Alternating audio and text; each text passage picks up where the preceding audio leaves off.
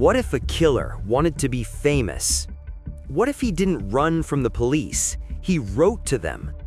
What if he sent coded messages, mocked detectives in the newspaper, and then just vanished? No arrest, no confession, no closure. Somewhere in America, right now, there might be an elderly man living a completely normal life, grocery shopping, watching TV, waving at his neighbors, who once terrorized an entire state and was never caught. His name? He gave it to himself. The Zodiac. And this is the story that has haunted America for over 50 years. Stay with me, because this one gets dark. We're going back to the late 1960s, Northern California, a time of hippies, free love, and the summer of love still fresh in people's memories. But something else was brewing in the shadows. The San Francisco Bay Area, one of the most beautiful, vibrant places in America, was about to become the hunting ground of one of the most mysterious serial killers in history.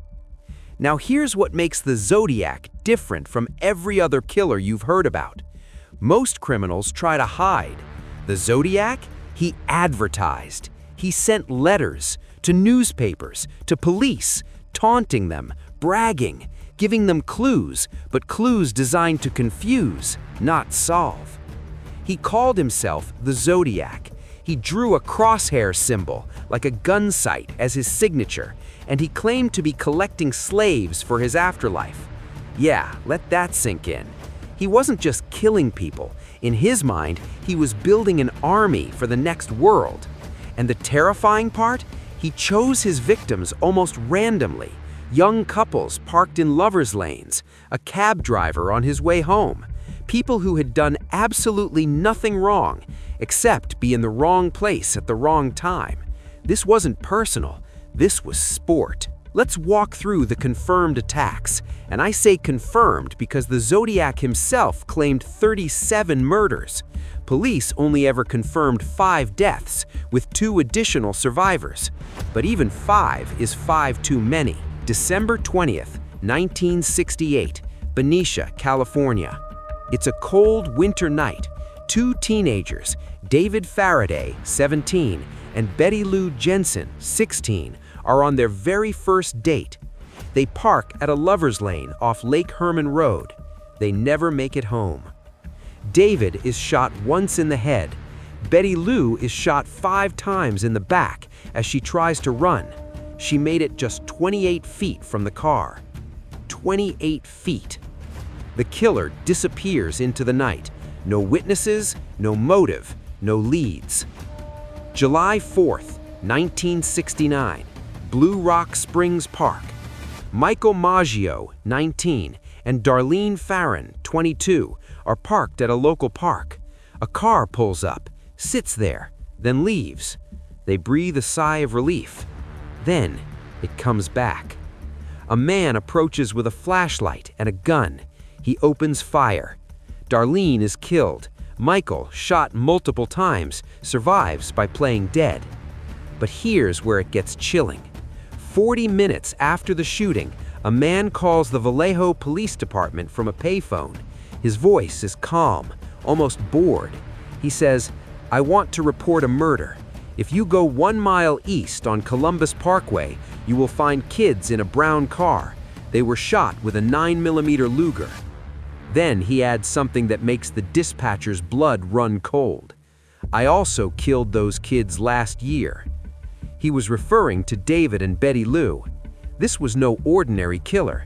He was checking in. August 1st, 1969.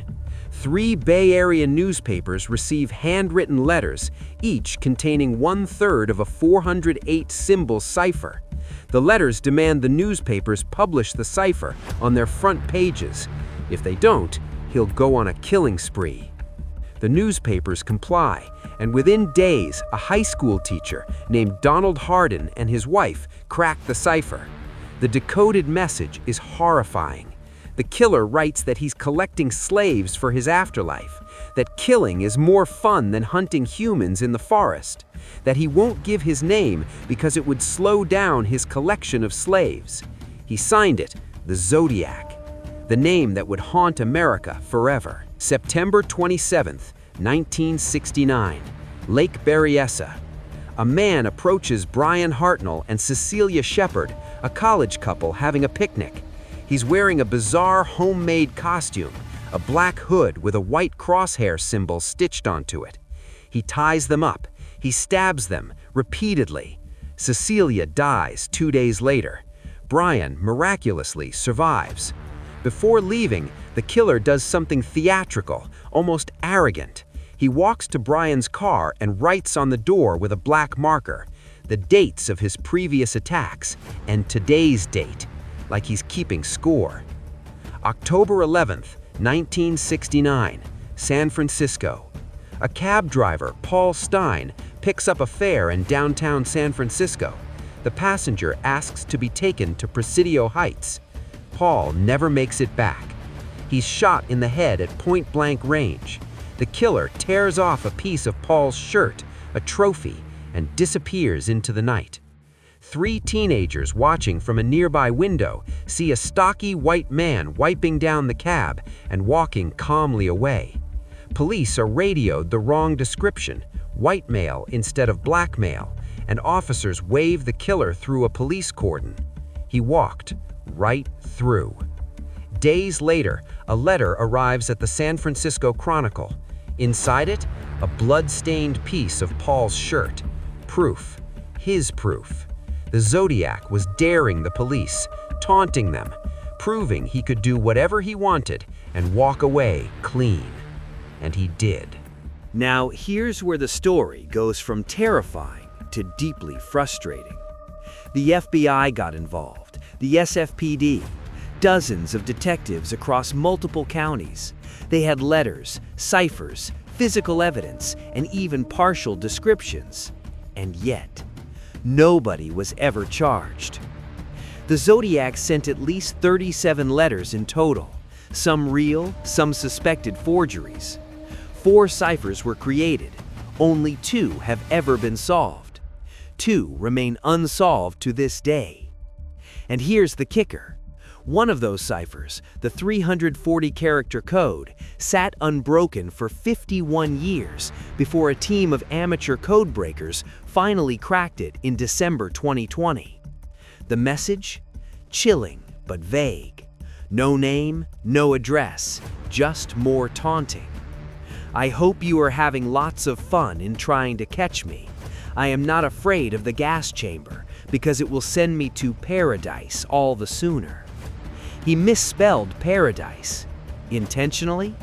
Or was he just that arrogant? Now, let's talk suspects, because this is where it gets really interesting. Arthur Leigh Allen, a convicted pedophile from Vallejo, is the most famous suspect. He was named in Robert Graysmith's best-selling book and the 2007 David Fincher film. He wore a Zodiac watch, he had knives, he matched a physical description. But his fingerprints didn't match, his handwriting didn't match, and he died in 1992 without ever being charged. Some investigators were convinced it was him, others not so sure. Lawrence Kane, a man who suffered brain damage in a car accident and whose behavioral changes afterward made investigators suspicious. He had ties to 2 of the victim locations, but again, no hard evidence. Richard Gaikowski, a journalist with San Francisco ties. One survivor of a Zodiac attack, when played a recording of Gaikowski's voice, reportedly said, "That's him." But again, nothing conclusive. In 2021, a group called the Case Breakers, made up of former law enforcement, journalists, and military investigators, announced they had identified the Zodiac as a man named Gary Francis Post, an Air Force veteran who died in 2018. They claimed anagram evidence from the ciphers, scar patterns matching Zodiac's sketch, and photos from Post's darkroom. The FBI reviewed their claims, and officially, the case remains unsolved. Here's what keeps me up at night about this case. The Zodiac stopped writing letters around 1974. The killings, as far as we know, stopped. Why? Did he die? Did he move? Did he simply stop? Or, and this is the theory that chills investigators the most, did he just get better at hiding? Think about it. We know he was intelligent. He planned his attacks carefully. He chose remote locations. He wore gloves. He wiped down surfaces. He understood police radio frequencies well enough to walk through a cordon in the middle of an active manhunt. What if the Zodiac didn't stop killing? What if he just stopped bragging? What if there are victims out there, cold cases, unsolved murders across the country that nobody ever connected to the Zodiac because he didn't want them to? And here's the final thought that I can't shake. If the case breakers are right and Gary Post was the Zodiac, he died peacefully, in a bed, surrounded by people who may have had no idea. If they're wrong, then whoever did this is still out there in history, unnamed and unpunished, having gotten away with one of the greatest crime sprees in American history. Either way, justice was never served. The Zodiac won. Or did he? Because here's the thing about unsolved cases. They don't stay unsolved forever. DNA technology is advancing every single year. Cold case units are reopening files. And somewhere in an evidence box that's been sitting in a police storage room for decades, there might be a fingerprint, a fiber, a single strand of hair that changes everything. The clock is still ticking, and the crosshairs are still drawn. So what do you think? Was it Arthur Leigh Allen, Gary Post, or someone the world has never even heard of? Drop your theory in the comments below. I read every single one, and trust me, some of you out there are sharper than the detectives on this case. If this story gave you chills, and I know it did, smash that like button. It genuinely helps this channel more than you know. And if you want more stories like this, real crimes, real mysteries, real questions that keep you up at night, subscribe and hit the bell so you never miss an upload. Because next time, we're going somewhere even darker. See you there.